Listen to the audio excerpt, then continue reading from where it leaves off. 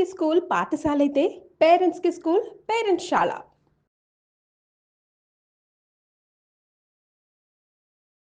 Suman TV presents moms kitchen కి స్వాగతం.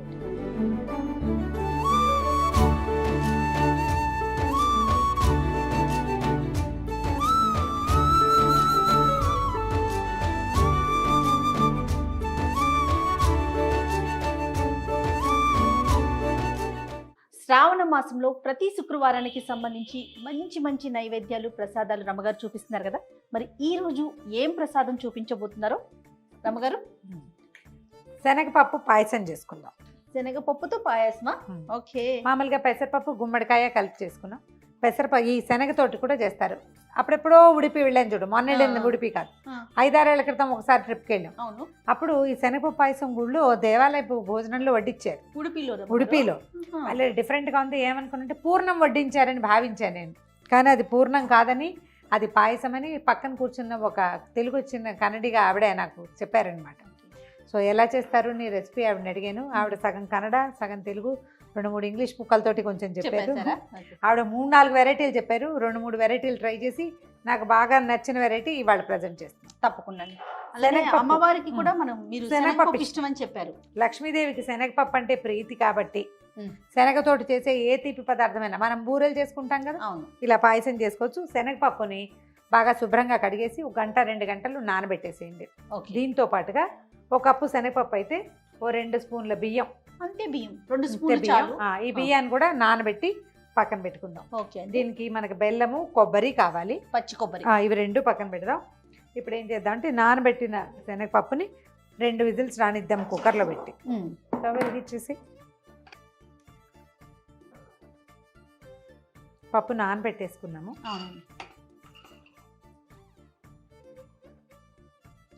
1 cup నీళ్ళు పోస్తే చాలు, బాగా నానిపోయింది కాబట్టి.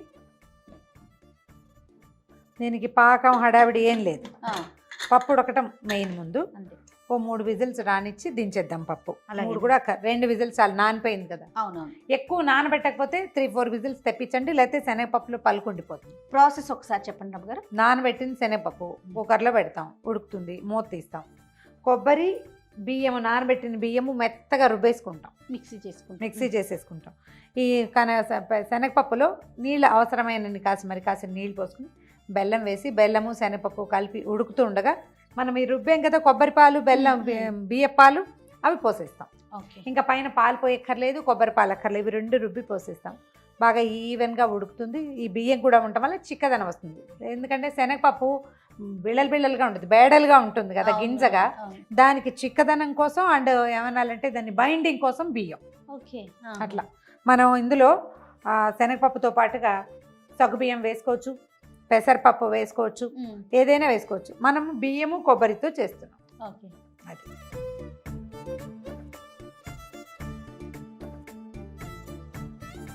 అయిపోయింది. ఏదైనా ప్రెషర్ ప్యాన్లో చేసుకుంటే అందులోనే డైరెక్ట్గా చేసుకోవచ్చు. అయితే మనం కొంచెం మనం కుక్కర్లో పెడితే కాస్త మెత్తగా అయిపోతుంది. వేరే పాత్రలోకి పప్పు చూడు ఎంత బాగుందో.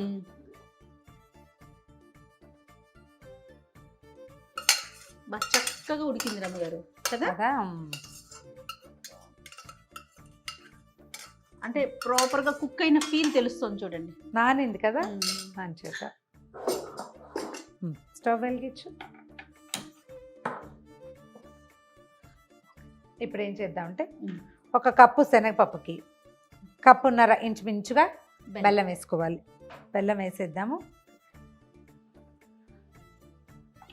అలాగా కదిపి దీన్ని కొంచెం ఉడకనిద్దాం.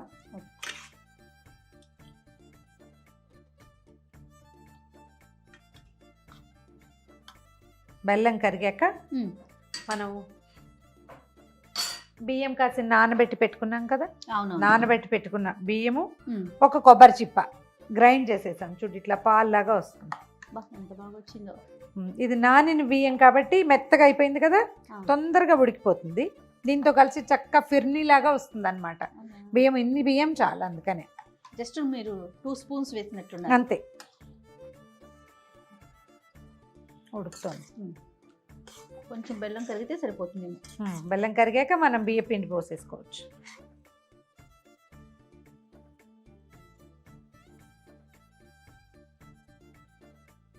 ఇది పెడతారా రమ్మగారు మీరు కూడా నైవేద్యం? పెడతాను, ఇది పెడతాను, పెసరపప్పు పాయసం పెడతాను. చోటుకి అయితే ఇప్పుడు మనం బెల్లం వేసాం కదా, అవునవును. ఇంకంత మనం నొక్కితే తప్పిస్తే మెత్తపడదు, ఇలాగే ఉంటుంది. కొంచెం మనం చిక్కగా కావాలి, ఇంకా బాగా ఇది కలిసిపోవాలంటే కొంచెం పప్పు గుత్తితో కుమ్మేసుకోవాలి. ఇలా ఉంటే బాగుంటుంది లుక్. పప్పు ఉంటే చూడటానికి బాగుంటుంది. పెసరపప్పుతో కూడా చేస్తారండి పెసరపప్పు పాయసం చేస్తారు. Same process? ఇదే ప్రాసెస్. మనం గుమ్మడికాయ పెసరపప్పు కలిపితే బాగుంటుంది. ఆల్రెడీ మనం చేసాం ఒక వీడియో, బాగుంటుంది. అది కూడా పెట్టుకోవచ్చు. బెల్లం కరిగిపోయింది కదా జయ. అవునండి. ఇప్పుడు మన కొబ్బరి పాలు పోసేద్దాం. ఎంత తీసుకున్నారు అమ్మగారు కొబ్బరి? ఒక్క కొబ్బరి చిప్ప. మనం బియ్యం కదా ఇందులో ఉన్నది, అది చిక్కబడేదాకా వదిలిపెట్టేది. పోసేద్దాం. ఇది కూడా దీన్ని స్టవ్ మీద వదిలేయటమే, అంతే. చిక్కగా అవ్వాలా? చిక్కబడుతుంది. ఉడిపిలో మీరు టేస్ట్ చూసానని చెప్పారు కదా, రుచి చూసాను. ఎక్కడ నేర్చుకున్నారు మీరు? ఇంట్లో ఇదివరకు చేసేవాళ్ళు? అబ్బే, ఆ ఉడిపిలో టేస్ట్ చూసామా? పక్కనే ఒక ఆవిడ కూర్చున్నారు భోజనాలు అప్పుడు. మనకి భగవంతుడు ఒక అవకాశం ఇస్తుంటాడు. ఏదో ట్రిప్కి వెళ్తాం, ఎక్కడికో వెళ్తామా, అక్కడేం దారి తన్ను తెలియదు మనకి, ఏం చూడాలి ఏం చేయాలి తెలియదు. ఆ పక్కన కూర్చున్నాడు చక్కగా గుమ్మడి కుండలు నున్నగా బాగున్నారు. ఓ 55-60 ఏళ్ళు ఉంటాయి. ఆవిడ ఏ ఊరు ఏదో అడిగారు. అడిగాక కొంచెం కన్నడ యాస. నేను ఇది హైదరాబాద్ అని చెప్పా. ఏ పదార్థాలు ఏమిటో తెలియట్లేదు మాకు, కొన్ని మనకు అలవాటు లేనివి కదా. అయితే ఆవిడ అవన్నీ చెప్పి అక్కడ ఉన్న బృందావనం చూడాలి, అక్కడ ఏమేమి చూడాలో ఒక 3-4 ప్లేసులు చెప్పి ఆ బృందావనం దాకా నాతో పాటు వచ్చి మేము అవన్నీ చూశాక ఆవిడ మళ్ళీ కనపడలా. నేను మొన్న వెళ్ళినప్పుడు కూడా ఆవిడ కోసం వెతికాను. నేను అనుకుంటా కృష్ణుడు నాకు ఏం చూపించదలుచుకున్నాడో అలా చూపించేస్తాడు. అందులో ఈ వంటకం ఒకటి. ఆవిడ 3-4 వెరైటీస్ చెప్పారు. ఇందులో చెప్పా కదా, ఇది సగ్గుబియ్యం కలుపుకోవాలి, కలిపి ఉడకబెట్టుకోమన్నారు ఒకటి, ఇది పెసరపప్పు చెప్పారు ఒకటి, ఓ గుప్పెడు బియ్యము ఎక్కువ శనగపప్పు చేసి చేయమన్నారు ఒకటి, ఇది 4వది. అయితే దీంట్లో ఆవిడ చెప్పింది ఇప్పుడు నేను చేస్తున్నది ఒకటి అవునో కాదో నిజంగా నాకు తెలీదు. కాస్త అటు ఇటుగా నాకు బాగుందనిపించిన మెథడు 2-3 సార్లు సగ్గుబియ్యం వేసి కూడా చేశా, నాకు నచ్చలేదు. అండ్ మోర్ ఓవర్ మనం ప్రసాదంగా చేసేటప్పుడు సగ్గుబియ్యము సేమియా సాధారణంగా వాడం. నేను చెయ్యను, మరి మా ఇళ్లలో తక్కువ అంచేత ఇలా మొదలు పెట్టుకున్నాను అనమాట. చూడు ఎంత చిక్కగా అయిందో. అవునవును. కానీ మీరు అన్నట్లుగా రమ్మగారు, కొంతమంది వ్యక్తులు ఎందుకు తారసపడతారో తెలీదు. అదే మళ్ళీ కంటిన్యూ అవ్వదు. కానీ వాళ్ళు చెయ్యాల్సింది చెప్పాల్సింది చెప్పేస్తారు, వెళ్ళిపోతారు. అదే చాలా మంది వస్తారు మన జీవితంలో అట్లా. నాకైతే క్షేత్రాలు చాలా చోట్ల అలాంటి అనుభవం ఉంది. ఎవరో ఒకళ్ళు వస్తారు, మీరేమో గమ్మున కూర్చోరు కదా, పలకరిస్తూనే ఉంటారు. వాళ్ళు మాట్లాడకపోయినా నేను పలకరిస్తాను. అవతల వాళ్ళు పలకరించిన ప్రశ్నకి సమాధానం ఏదో అడుగుతాం కదా, అడిగేసరికి ఆటోమేటిక్గా మనకు కావాల్సింది వచ్చేస్తుంది. కొంచెం భాష కుదిరితే ఇంకా బాగుంటుంది. 2 నిమిషాలు ఇది కుతకుతలాడుతూ ఉండగా దించే, అప్పుడు మనకి బియ్యం ఉడుకు పట్టినట్టు అనమాట. చూడు రైస్ చూడు, అందుకని చిక్కగా వచ్చేసింది. కానీ ఒక పదార్థం కలిసేసరికి ఎంత మార్పు కదండి. అదే కదా, మన జీవితం కూడా అంతే. ఒకళ్ళు యాడ్ అయ్యేసరికల్లా జీవితంలో ఎన్ని మార్పులు వచ్చేస్తాయో. సుమన్ టీవీ యాడ్ అయ్యి నా జీవితం ఎంత మారిపోయిందో చూడు.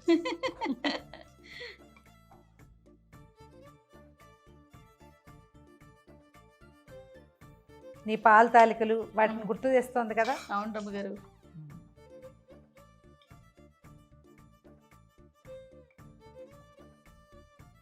మనం ఇందులో మామూలు పాలు కనుక పోస్తే అప్పుడప్పుడు విరిగిపోతుంది. చిక్కటి పాలు కూడా పోసుకోవచ్చు. ఒకసారి పాలతోటి కూడా చేశాను నేను.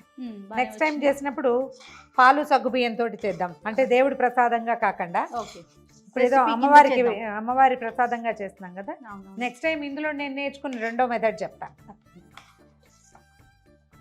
ఇంకేమున్నాయి రమ్మగారు, శ్రావణ మాసం కార్తీక మాసం వరుసగా పూజలే కదా మనకి. అవును, వచ్చేసింది. మనం ఒక చిన్న బ్రౌన్ టింజ్ కనిపిస్తుంది చూడు, మీకు ఇది రావద్దు అంటే కొబ్బరికి వెనకాలండే నల్లటి భాగాన్ని తీసేసి గ్రైండ్ చేసుకోండి. నాకు అభ్యంతరం ఉండదు, నాకు ఇలా ఉంటేనే ఒక న్యాచురల్ లుక్ ఉంటుంది. అది తెల్లగా ఉంటే నచ్చదనమాట. సరే తీసేద్దాం జయ. కుతకుతలాడుతుంది చూడు. అవును, సరిపోతుంది. అంతేనండి, అంతే. దీన్ని స్టవ్ ఆపద్దు కానీ ఏలక పొడి వేసి దీన్ని పక్కన పెట్టేద్దాం. ఓకే, కాలట్లేదండి. లేదు, పట్టుకోగలిగే వేడిగానే ఉంది. తీసేద్దాం, పక్కకు పెడదాం. ఒక చిన్న మూకుడు పెట్టి ఇందులోకి తిప్పమంటారా? కలిపి ఏం కాదు. ఏలక పొడి సెటిల్ అయింది పైన, అందుకంటే ఏం లేదు. చక్కగా ఇది ఇంకా చిక్కగా కావాలంటే కొబ్బరి పాలు కొంచెం చిక్కగా తీసుకోవటము సరిపోతుంది. ఇది 1 గంటకి సెటిల్ అయిపోతుంది. ఇంకొంచెం చిక్కగా అప్పుడు ఇలా స్పూన్ తో తీసుకోవచ్చు అనమాట. చిన్న పలచగా మనం ఎక్కడైనా వేస్తే అది ఇట్లా కరుగుతుంది, కొంచెం జరుగుతుంది తప్ప పరిగెత్తదు. ఇప్పుడు రన్నింగ్ రేస్ లో ఉంది, అంత రన్ చేయదు, కొంచెం బ్రిస్క్ వాక్ మాత్రం చేస్తుంది.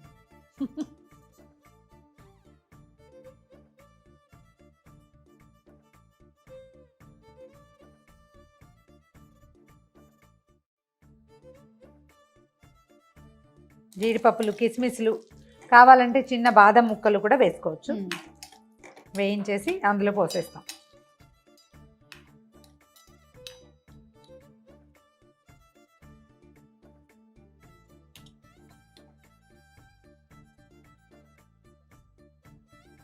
మన ఇప్పుడు శనగపప్పు పాయసం రెడీ అయిపోయింది. ఇందాకటికంటే చిక్కబడిపోయింది చూడు. అవునవును, ఇంకా సేపు ఆగితే మరి ఇంకా బ్రహ్మాండంగా చిక్కబడిపోతుంది. ఇలా ఒక కొత్త పాత్రలో చేసుకుంటే ఇక మళ్ళీ ఇంకో సర్వింగ్ డిష్ లేకుండా ఈ డిష్ నే తీసుకెళ్లి అమ్మవారి దగ్గర కూడా పెట్టేసేయచ్చు.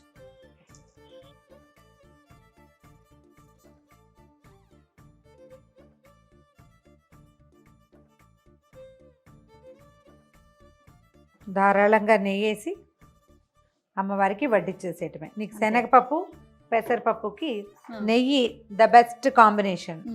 రుచికే కాదు, అవి అరుగుదలకి కూడా చాలా మంచిది. ఇదిగో ఘుమఘుమలాడే కమ్మని శనగపప్పు పాయసం రెడీ. సూపర్. అంటే ఒక్కొక్క వారం ఒక్కొక్కటి పెట్టాలి అనుకునే వాళ్ళు ఏం పెట్టాలి ఒక అనుమానం, ఏం చేయాలని తోచదు రమ్మగారు. అవును, ఇది ఒక రోజు వాడుకోవచ్చు చక్కగా. 5 ప్రసాదాలు చేయదలుచుకున్న వాళ్ళు ఇది 5వ ప్రసాదంగా చేసేసుకోవచ్చు. అంతే. రైట్ రమ్మగారు, థ్యాంక్ యూ సో మచ్. మరొకసారి మీకు శ్రావణ మాసం శుభాకాంక్షలు.